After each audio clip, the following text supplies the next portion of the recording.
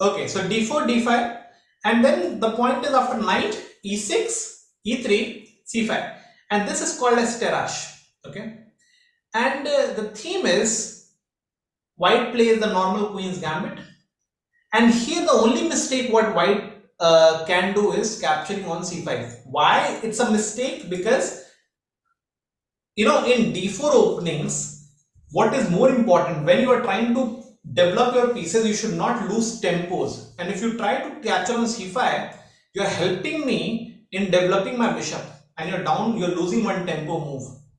So knight c6, knight c3, knight f6, the first mistake of the game. And trust me, the opponent only made two mistakes and he lost the game. And it's not like he's making a blunder or something.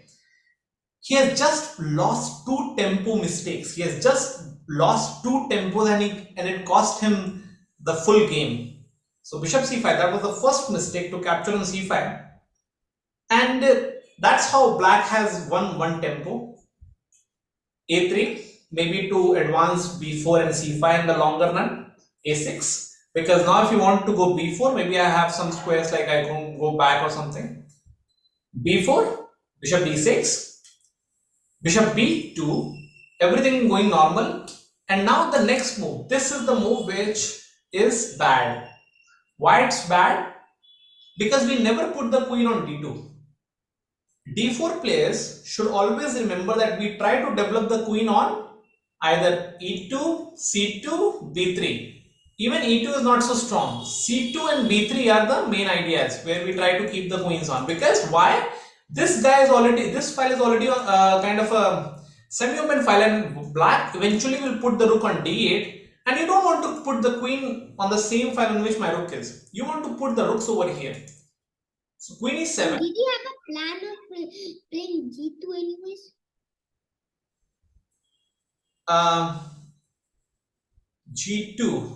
G2 I don't understand. Did he have a plan of playing d2 like No, there's no plan of d2. No, so d2 is the second mistake of the game. That's why he lost, and I'll show you why.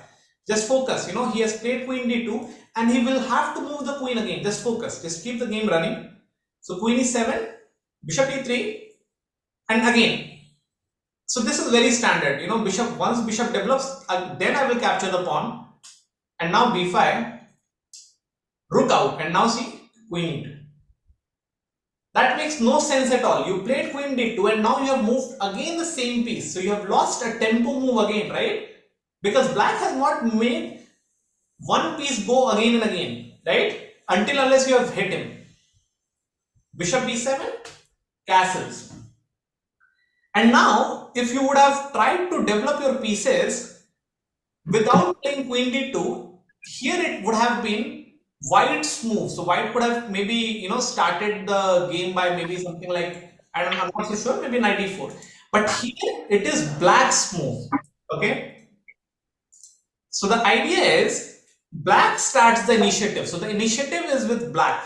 So black plays knight e5, and that is the importance of tempos. You should never lose the two tempos. I mean, you should not even lose one tempo, but anyways. Now knight e5, takes, and look at the bishops.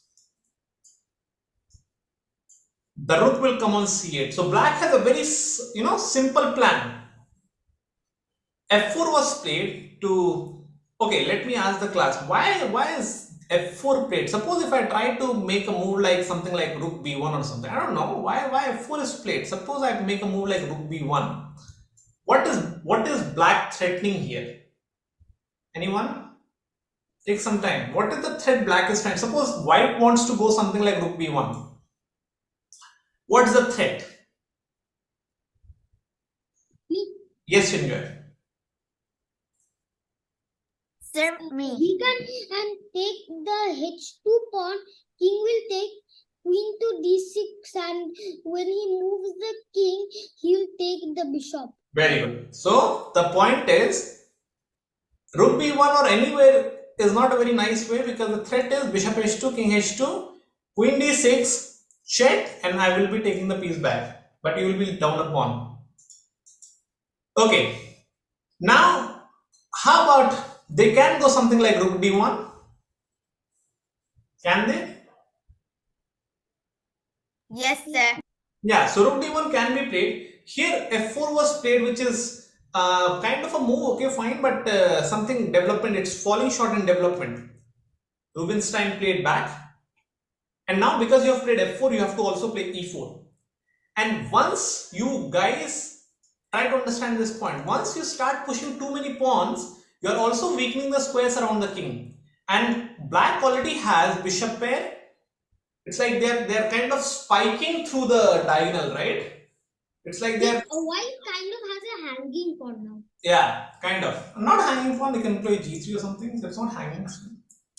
Anyways, so black continues development and now focus. Black is not even moving a single piece more than once. I mean, it's only moving the pieces when they are under attack. Other than that, they're not moving the same piece again and again. e5, and now the point is this diagonal is opened up, and once Rubinstein sees the opportunity, he takes it, bishop b6 check, he goes here, and now he takes the advantage that the queen is kind of tied down with the defense of the bishop, so knight g4. Jumping in the white's camp, if you take, I take, and again I'll be having bishop pairs, I'll be fine. Bishop e4 was chosen, queen h4. And now I'm creating a checkmating threat here. Okay, so the point is, white is saying, fine, you are under double attack now. Both the pieces are under attack. But Rubinstein had something other ideas in mind. White is saying, let me attack two pieces of yours. There is a Rubinstein knight f2. Knight f2 check. And how about the rook captures you? So, you know, when you reach the critical position in your games, that is the right moment to calculate. So this is one of the critical positions, and it's the right moment to start calculations. Start calculating, start finding moves here.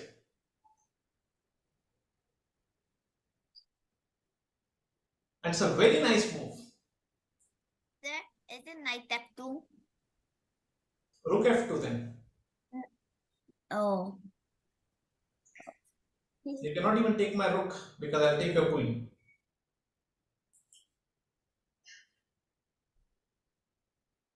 So this is where, I found. tell me, Actually, I'm not so sure. what's the idea? Tell me. I was not. I just the knight could take. I was thinking like bishop to e4, queen takes, and then checkmate. But knight check. Oh, knight will take you. What if we take the knight with the rook? Bishop will take. We take his bishop. He'll take and checkmate. Yeah, you're kind of correct. Very good. So you saw that this bishop is kind of creating a huge problem on these two diagonals. You want to take it, but this knight is kind of not. Can I tell my idea? Yes. Rook takes the knight. Rook takes the knight. Yeah, we'll do that. So rook c3 happened in the game, and then the point is, if bishop takes, we take, and then checkmate on h2, right? What's in your Yes, sir. Yeah. Here, how about I take a queen?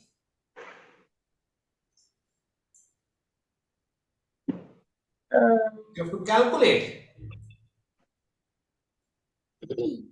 So it's like a queen sacrifice. If you go for rook c3, it's like a queen sacrifice. Oh, it was wrong? I'm not saying that. I'm saying figure out a line. Sir, rook c3, pawn take queen. Yeah. And then take the bishop on e4, or then force the queen on I f2. found it. Then he takes. Sir, I think I found it. Tell me. So first the rook takes d3, pawn takes queen, then knight to e3. The rook will move somewhere and we take the bishop. Knight to Rook will go c3. Pawn will take the queen. We go knight to e3, taking the rook. The white rook will no. go So you have to also understand that now the point is I can also escape because the knight is there in the middle. oh, How did Sir, I Rohit got do it. this? Yes. Sir, rook takes c3, then queen take pawn take queen, then rook d2.